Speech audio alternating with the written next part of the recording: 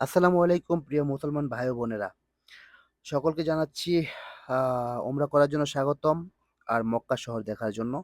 আসলে মক্কা একটা পবিত্র স্থান। সে স্থান অনুযায়ী আ কবুতর চত্বরের আশেপাশে যারা থাকেন বা ঘুরেন, যারা যান উমরা করতে তারা অবশ্যই সকলেই দেখেন যে কবুতরের একটা মাঠ আছে। যার নামে কবুতর মাঠ। যা আরবিতে কি বলে জানি না।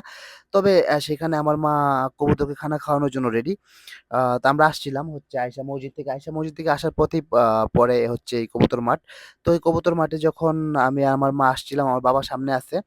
তো আমার মা এখান থেকে কিছু গম কিনে নিল। তো গম কিনে নেওয়ার পরে বলল, "বাবা তুমিও দাও।" তো আমি মায়ের সাথে, সাথে কবুতরকে দিচ্ছিলাম আর কবুতর খাচ্ছিল মহা খুশিতে। তো সাথে অনেক মহিলাও আছে এখানে। মহিলারা বিক্রি করে, পুরুষেরা বিক্রি করে, ছোট বাচ্চারাও বিক্রি করে।